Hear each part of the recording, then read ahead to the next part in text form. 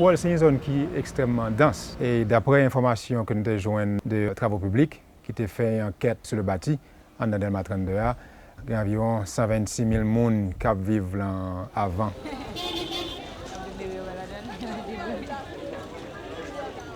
Moi, c'est Gilson Merlène. Moi, j'habite dans Delmas 32 dans la région Georges. Moi, suis responsable affaires féminines dans le bureau Copodep Delmas 32.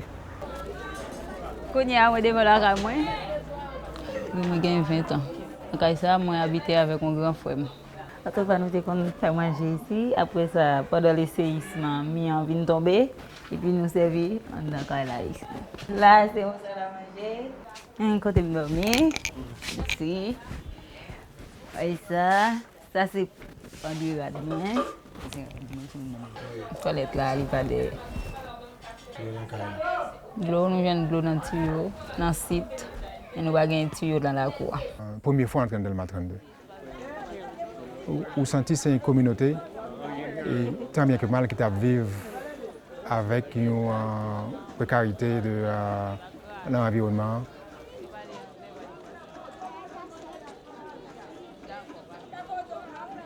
Par exemple, si le système d'eau était efficace il y a 15 ans, maintenant ce système est saturé parce qu'avec la population, la fourniture en eau est totalement insuffisante. Bien entendu, l'eau là, mais c'est distribution de l'eau qui va joindre tout le monde. Et c'est là tout, il y a une pile participation d'autres experts, par exemple, les étudiants à l'université, New York University, participer, tu as pensé sur question infrastructure et tout. So T. Lucasville, I read it, and I think it's doable. 50 liters per day is a normal size for a family, but that's for washing, and if it's just for drinking and cooking, you may be able to go down on that quantity of water per day. No one has indoor plumbing in Delmas 32. It's all from one big reservoir on a hill that comes down through underground pipes to public fountains. And the piping system is inefficient. It loses water. Certainly after the earthquake, you got to think there's a lot of underground cracks. I got a great understanding of the challenges that they were facing for the World Bank proposal. Mark, actually over Skypes, was able to say, look at the possibility of more water towers. Et il est aussi important aussi pour que l'État puisse avoir les services sociaux de base. Alors, pour ce qui s'agit de Delmas 32, comme c'est un projet beaucoup plus complexe, nous sommes obligés de travailler aussi avec la mairie de Delmas. Moi, j'ai rencontré avec PADF, Banque mondiale, nous avons parlé de développement. Nous avons canalisé, on me dit, est-ce qu'il y a des possibilités pour nous faire Delmas 32 en village? Et samedi dernier, on a eu une très bonne visite à Delmas 32. Madame Malbranche a présenté le contenu du travail, surtout au niveau méthodologique. Sabine and Mark, through SODAD, are trying to take this opportunity and kind of rebuild Delmas 32, but in a proper way. Introduce the kind of infrastructure that has been lacking for years. This whole catastrophe is actually a big opportunity for them to rebuild it and rebuild it correctly. And they were looking for specific aspects from us, the students here. Some of them related to finance because they didn't have a finance background, what it would cost to rebuild residential units there, if it was single-family residential units or multi-family residential units and so on. And that's where I came in the picture because I tried to research the financial aspects and try to put together a financial plan. C'était seulement pour connaître du point de vue de la communauté de Delmas, municipal de Delmas, qui est ça qui est important pour eux. Le directeur a dit carrément lui-même qu'il ne peut pas mettre aucune restriction dans le travail que nous avons fait. D'après lui-même, faire en sorte que nous ayons carte blanche. This is an exercise that we began the charrette with to give people a sense of their own identity in the community, using nodes, places that they interact with, landmarks.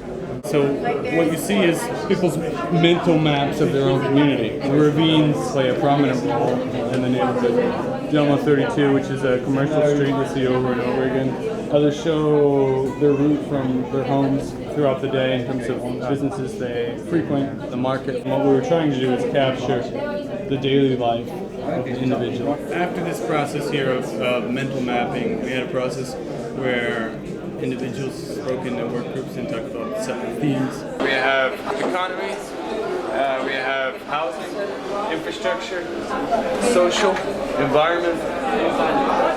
So there are 6 themes. It's election season. You have 3 votes. Each person can vote for any of the 6 themes. What we're doing in the afternoon is we're going to come back to this unified vision of the neighborhood, which began with these maps, and take a representative or 2 from each of the specific 6 themes, bring them together at a table. We have pre-drawn maps that have the basic landmarks, ravines, major roads, that will give them a guide, a template. What we've done is put that on trace paper.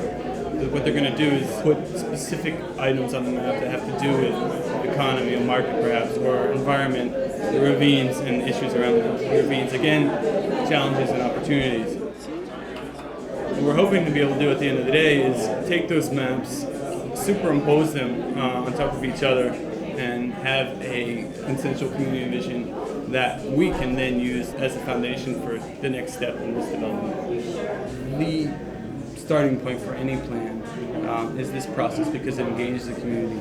Not only does it engage them so that they have vested interest, but you have fantastic ideas and ideas from residents that have been here 10, 20, 30 years that know the community, it's their community. So there won't be surprises.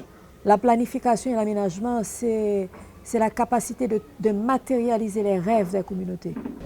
Côté magistrat, vous voyez déjà dans le terrain là qui est disponible pour nous mettre en centre de santé là-dedans. Nous supposons gagner un club littéraire parce que jeunesse là, eh bien, lui doit gon côté pour capable enrichir connaissance. Tout ça place ti marché là depuis sous Bolozo à nous connaît déjà. Est-ce qu'on comprend ça veut dire là, nous t'a préféré gagner l'école professionnelle là et appelons. Et il y a l'autre barre nous parler encore, mes amis. Bah ouais, When the plan comes back, they're going to say, we did this plan, this is our plan. They'll have a vested interest, they're going to help with implementation, and that's really the goal of this exercise. Pour des purs, c'est exactement la même stratégie, la même méthodologie du PRODEP, mais en milieu urbain, en Haïti, il y a ce problème de les gens construisent n'importe où et n'importe comment.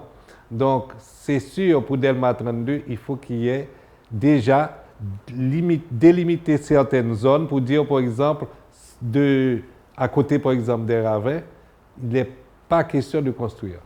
Nous avons trouvé le très bon pour la communauté, à travers moi-même qui suis responsable dans la communauté, en tant que responsable féminine. Moi, j'ai pris engagement pour inviter tout le monde dans la communauté à participer, puis à dire ça est bon pour la zone, pour demander ça ouvrir, comment on a remis une zone, reconstruire, comment on peut arrêter là-dedans pour capable vivre bien que les gens aient. Elle doit aussi, et ce qui est très important, elle doit aussi participer à tout le phasage. Parce qu'il faut démolir, il faut relocaliser, il faut reconstruire.